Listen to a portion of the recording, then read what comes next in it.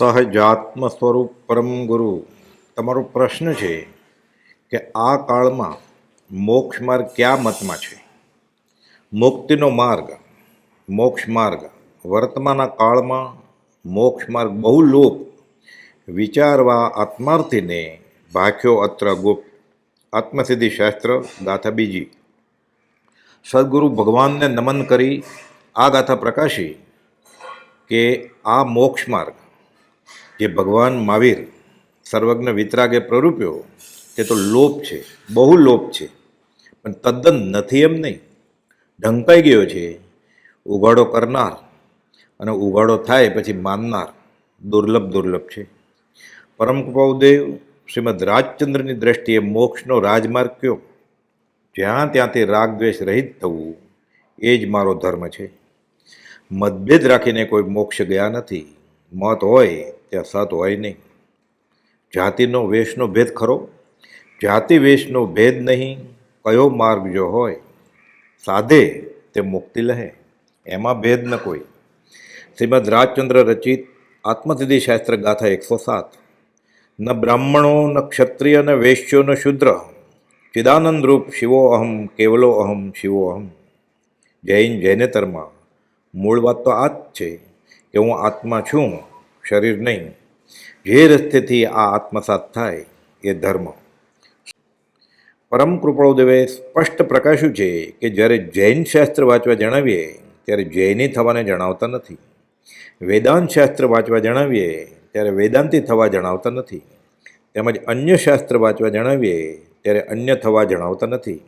માત્ર જે જણાવીએ છીએ તે તમો સર્વને ઉપદેશ લેવા અર્થે જણાવીએ છીએ. જૈની અને વેદાંતી આદિનો ભેદ ત્યાગ કરો, આત્મા તેવો નથી. આ બાળ મહાત્માને 7 વર્ષની ઉંમરે સ્મશાનમાં ચિતા બળતી જોઈ મરણ શું, જન્મ શું, સંસાર શું એ વિચારે ઊંડા મનોમંથનમાં ઉતરતા આ ઉંમરે 7મે વર્ષે પૂર્વજન્મનું જ્ઞાન થયું હતું. મોરબી સંસ્થાનના વવાણિયા નામના ગામડાની ગામઠી નિશાળમાં ફક્ત ગુજરાતી 2 ચોપડી ભણ્યા, બીજી 2 ઘેર ભણ્યા, પણ મૂળમાં તો પૂર્વભોમાં બધું ભણી ગણીને જગતના ઉદ્ધારને અર્થે અવતર્યા હતા. જન્મ્યા શ્રી ગુરુરાજ, જગતિત કારણે કરવા ઉદ્ધાર. આત્માના ઉગાડને લઈને અનેક આત્મિક શક્તિઓ પ્રગટી હતી. આ જન્મ કવિ અદ્ભુત યાદશક્તિ, અદ્ભુત જ્યોતિષ શક્તિ, કાળનો ક્ષયપશ્મી પુરુષ, અતિન્દ્રિય જ્ઞાન પણ ખીલી ઉઠ્યું હતું. આંખે પાટા બાંધી પુસ્તકના નામ કંઈ બતાવે, દૂર સુદૂર શું બની રહ્યું છે ત્યાં બેઠા બેઠા કહે, નાકથી રસોઈનો સ્વાદ કંઈ બતાવે, સામેવાળા મનની વાત અને મનના ભાવો પણ કંઈ બતાવે. આત્માની અલૌકિક શક્તિનો એક નમૂનો છે શતાવધાન. એકી સાથે 100 વિષયનું કામ હાથ ધરવું. ઉદયની યોગે આ શક્તિ જગતને બતાડી અને તુરત જ અંતર્મુક્તાને લઈને ધરબી દીધી. દુન્યવી પ્રસિદ્ધિને 19મી વર્ષે પૂરું થતાં તો ઠોકરાવી દીધી. બીજાએ અવધાનો કર્યા ગણાય છે, કરે છે, પણ આ અવધાનોમાં એક મૂળભૂત ફરક એ છે કે બધા જ પ્રયોગો વૈરાગ્ય બોધક, વૈરાગ્ય પ્રેરક છે.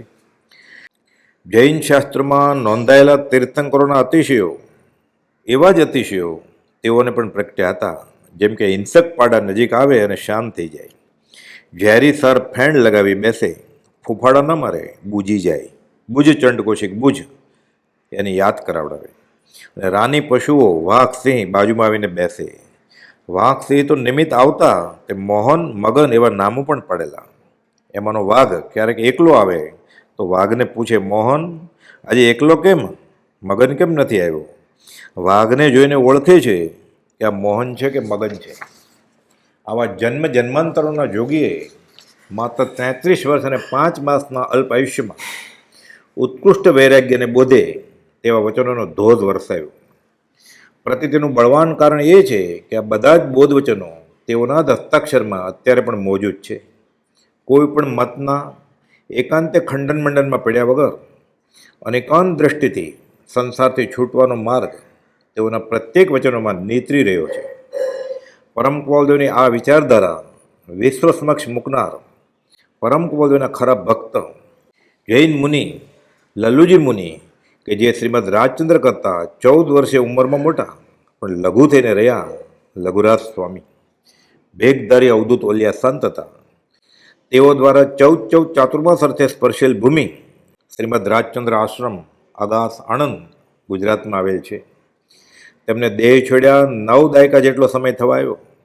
તેઓના ઉત્તરાધિકારી કુળ ધર્મે પાટીદાર વૈષ્ણવ પણ આચરણમાં એક ઉચ્ચ પંક્તિના જૈન આચાર્યની જેમ જીવન આચરીને જીવીને બતાવનાર પૂજ્ય શ્રી ગોવર્ધનદાસ બ્રહ્મચારીજીએ એકંદરે 3 દાયકા જેટલો સમય વિતરાગ ધર્મની ધૂણી આ ક્ષેત્રે ધખાવી. તેઓને પણ દેહ છોડ્યા 7 દાયકા ઉપર સમય વીત્યો. રાષ્ટ્રપિતા બેરિસ્ટર મોહનદાસ કરમચંદ ગાંધીજીએ પોતાની અંતરંગ અધ્યાત્મની મૂંઝવણમાં જેની પાસેથી માર્ગદર્શન લીધું હતું અને પોતાની આત્મકથામાં લખ્યું તે પ્રમાણે સત્ય અને અહિંસાના તેઓના જ શબ્દમાં કુંડે કુંડે પાન કર્યા હતા. અને ખરું બ્રહ્મચર્ય કોને કહેવાય તેનું પણ તેઓને ભાન થયું.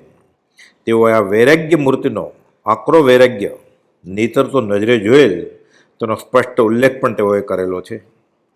શ્રીમદ રાજચંદ્ર આશ્રમ વડવા તીર્થક્ષેત્ર મેદપુર ખંભાત, જ્યાં સાધક જિજ્ઞાસુને રહેવા જમવાની વ્યવસ્થા સાથે ભક્તિ સત્સંગ નિજાભ્યાસ હેતુ આશ્રમ વ્યવસ્થા સૌ પ્રથમ સંવત 1972માં શરૂ થઈ. 110 વર્ષ થવા આવ્યા. આ આશ્રમ સામે સ્થિત રાજકુટીર, જ્યાં પરમ કુળદેવી શ્રીમદ રાજચંદ્ર આ ભવે 8 દિવસ નિવૃત્તિ અર્થે ઉદયની યોગે રહ્યા હતા અને મુનિઓ અને જિજ્ઞાસુઓને બોધ વર્ષા વરસાવી હતી. આ બંને ક્ષેત્રે સત્પુરુષોના યોગ બળે કોઈ પણ ગાદીપતિ વગર નિજાભ્યાસ અર્થે ભક્તિનો અવિરત ક્રમ ચાલી રહ્યો છે. હવે પ્રશ્ન ઉઠે કે કયો મત સાચો? પરમ કુળદેવે શ્રી સતશ્રુત તરીકે એક જ પાના પર 20 પુસ્તકો લખ્યા. તેમાં 19 પુસ્તકો તો દિગંબર સંપ્રદાયના. પછી જણાવ્યું કે એ આદિ અનેક છે, સેવવા યોગ્ય છે, પણ એ કંઈ શ્વેતાંબરના પુસ્તકો નિષેધવાર્થ નહીં. અન્ય સ્થળે લખ્યું કે વર્તમાન જીનાગમ કે જે શ્વેતાંબર સંપ્રદાયને માન્ય છે તેનો નિષેધ કર્તવ્ય નથી. વચનામૃત 807. હવે સહજ જ આમાં શ્વેતાંબરના 45 આગમો આવી ચૂક્યા, તે પણ એક પાનામાં નહીં, એક લીટીમાં જ. એટલે કે જ્ઞાનીની એક જ આજ્ઞાથી મોક્ષ થાય અને શાસ્ત્રોના ઢગલા હોય તો પણ શાસ્ત્રનું મર્મ બતાવનાર ન હોય તો આત્માર્થે કલ્યાણકારી સંભવે નહીં. દયાધર્મ વિશે લખ્યું કે પુષ્પાકડી યાદ ઉભાય જીનવરની ત્યાં નહીં આજ્ઞાય. આ લખાણ કંઈ સ્થાનકવાદી સંપ્રદાયની પકડ માટે નહીં, પણ સૂક્ષ્મ હિંસાથી પણ દૂર રહેવું એવું વિતરાગે બોધેલી દયાનું સ્વરૂપ સમજાવવા માટે લખ્યું. અન્ય સ્થળે લખ્યું કે શાસ્ત્રમાં મુપતિ છે, દોરો ચાલ્યો તે નથી, તેથી કંઈ બાહ્ય ક્રિયામાં રાચવાનો બોધ નથી. પરમ કુળદેવ કહે છે એકાદ ફૂલ મૂકીએ તો ચાલે, આટલા બધા શા સારું? અને પ્રતિમા મુખ્ય તો દર્શન માટે છે. અને ધર્મના પુસ્તકો વિશે યોગ વાસિષ્ઠ, વિચાર સાગર, દાસબોધ, ભગવદ્ ગીતા, શંકરાચાર્યના મણિરત્ન માળા અને મોહમુદ્ગર વગેરે પુસ્તકો, સુંદરદાસ, કબીર, પ્રીતમ, અખા વગેરેના પુસ્તકો વાંચવા, મનન કરવા, અવલોકવા ભલામણ કરેલ છે. અને વળી બાહ્ય ક્રિયાના અંતર્મુખ વગરના વિધિ નિષેધમાં કંઈ પણ વાસ્તવ્ય કલ્યાણ રહ્યું નથી. ગચ્છ આદિ ભેદને નિર્વાહમાં નાના પ્રકારના વિકલ્પો સિદ્ધ કરવામાં આત્માને આવરણ કરવા બરાબર છે, આ પરમાર્થ તાકીદ કરી છે.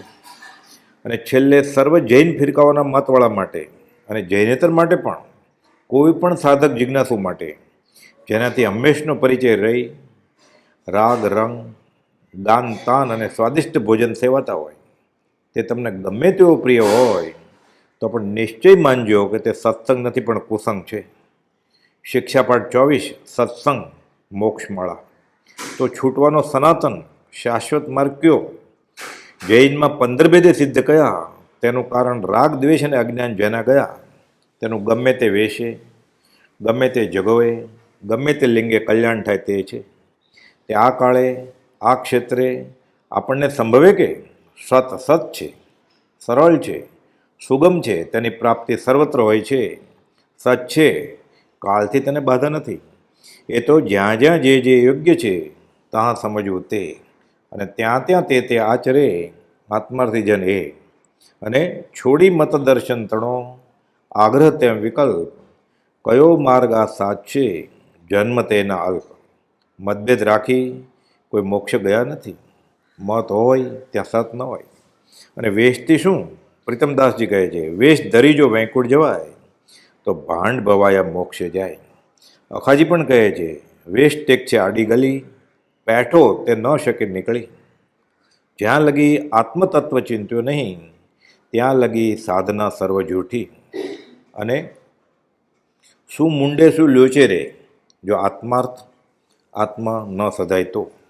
આ બધું સત્પુરુષના લક્ષ્ય, સત્પુરુષની વાણીના આશય થાય તો આત્માર્થે લેખે લાગે. અને દ્રષ્ટિવિષ ગયા પછી ગમે તે શાસ્ત્ર, ગમે તે અક્ષર, ગમે તે કથન, ગમે તે વચન, ગમે તે સ્થળ પ્રાય અહિતનું કારણ થતું નથી. આ જન્મે યોગી શ્રીમદ રાજચંદ્ર 12મે વર્ષે લખે છે, તું ગમે તે ધર્મ માનતો હોય તેનો મને પક્ષપાત નથી. માત્ર કહેવાનું તાત્પર્ય કે જે રાહથી સંસારમાં નાશ થાય તે ભક્તિ, તે ધર્મ અને તે સદાચારને તું સેવજે. સત્પુરુષોનું યોગ બળ, જગતનું કલ્યાણ કરો. સહજાત્મ સ્વરૂપ પરમ ગુરુ.